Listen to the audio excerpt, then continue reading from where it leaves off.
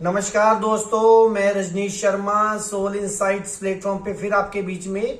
आज शुक्रवार है मित्रों, जैसा कि आप सब जानते हैं शुक्रवार का दिन हम आपके द्वारा पूछे गए क्वेश्चंस के आंसर देने का दिन है।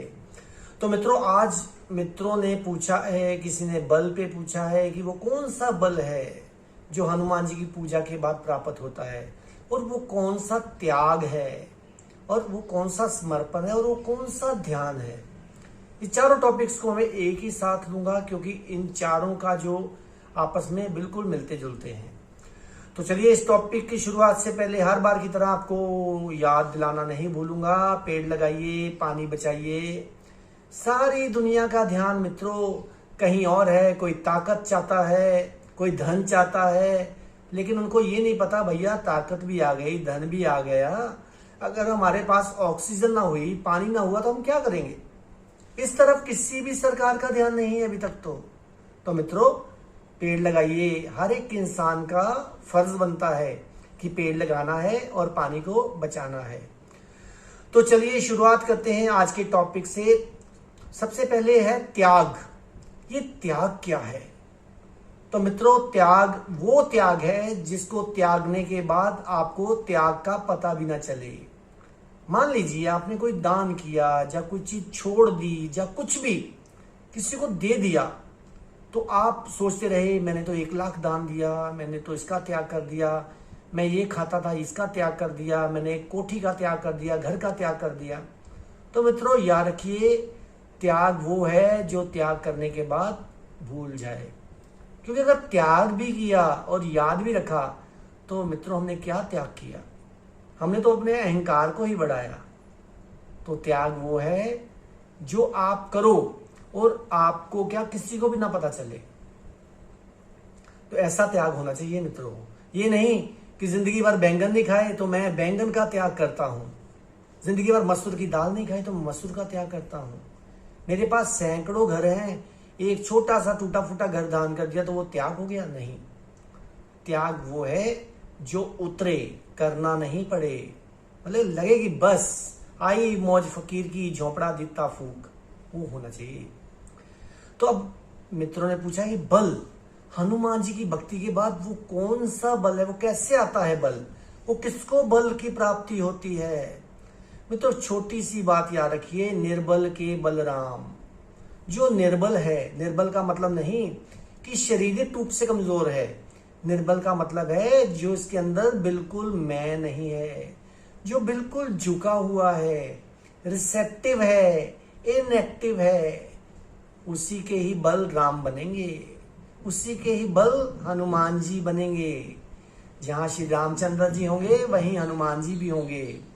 तो मित्रों हमें क्या करना है? अपने आप को झुकाना है और एक सच्चे सेवक की तरह, जैसे हनुमान जी ने श्री रामचंद्र जी की सेवा की थी, ऐसा अगर आपके अंदर सेवा भाव होगा, बिल्कुल झुका हुआ, बिना किसी लालच के, तो आप हमेशा बलशाली ही हैं। तो अब मित्र ने बीच में साथ में ये भी पूछा है कि ध्यान में क्या सांसों का रोल है? बिल्कुल है। सांस तो हमारे ब्रिज की तरह है मित्रों। अगर सांस ना हो तो हम जिंदगी में 1 मिनट में ही बस हो जाएंगे। तो सांसों को स्टेबल करना है, बैलेंस्ड करना है, और कोशिश कीजिए सुबह उठ के प्राणायाम कीजिए ताकि आपके जो सांस बैलेंस्ड हो जाएं। अगर आपके अंदर ऑक्सीजन होगी तो आप ध्यान कर पाएंगे। तभी तो लोग जाते थे पहाड़ों पर, हरियाली वाली जगह पर, ताकि हमें अच्छी ऑक्सीजन मिल सके। और उससे क्या होता है मित्रों, हमारे बॉडी का जो टेम्परेचर है वो मेंटेन होता है और हम बहुत जल्दी ध्यान में उतर जाते हैं। इसी के साथ समर्पण की बारी आ गई कि समर्पण के ऊपर मैं हमेशा ही बोलता रहता हूं। जब मित्रों आपकी वो स्थिति आ जाए जिस समय आपको कुछ भी ना करना पड़े, बिल्कुल शांत होकर बैठे हैं, तो आप समर्पण में ही हैं। अगर आपको करना पड़े कि मैं परमात्मा के चरणों में समर्पण करता हूं, जैसे त्याग की बात बोली थी, तो वो समर्पण नहीं है। समर्पण का मतलब कि जो हो रहा है वो ठीक है, flow with the flow, go with the flow, जो चल रहा है उसी के साथ एक हो जाना, उसी के साथ ही बह जाना समर्पण है। और जो समर्पण है ये सबसे आखिरी स्टेज है मित्रों अध्यात्म में। जब श्री कृष्ण जी ने कहा था अर्जुन तूने सब कुछ सुन लिया, तूने कर्म योग भी सुन लिया, ज्ञान योग भी सुन लिया, ये भी सुन लिया, वो भी सुन लिया, तो सबको भूल जा, एक ही बात याद रख कि मेरे को अपना आप समर्पण कर दे, तो जिंदगी में तुम्हें कोई ना पाप लगेगा, ना तुम्हें कोई नेगेटिव चीजें सताएंगी। तो इसलिए मित्रों समर्पण बहुत मुश्किल बात है, लेकिन करते करते अभ्यास अपने आप ही ये सज जाता है, और खासकर ये गुरु कृपा से ही सजता है। याद रखिए, जैसे गुरु बोले वैसे ही करते जाओ।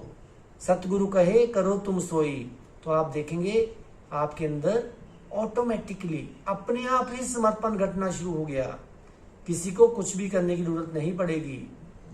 तो चलिए मित्रों, इन्हीं टॉपिक्स के साथ इसको यहाँ विराम देते हुए अगले शुक्रवार को नए टॉपिक्स के ऊपर बात करेंगे। तो तब तक आप मेरे चैनल को इसी तरह सब्सक्राइब करते रहिए, सोल इनसाइट्स _RV रजनीश। तब तक आप खुश रहिए, आबाद रहिए, जिंदाबाद रहिए। नमस्कार।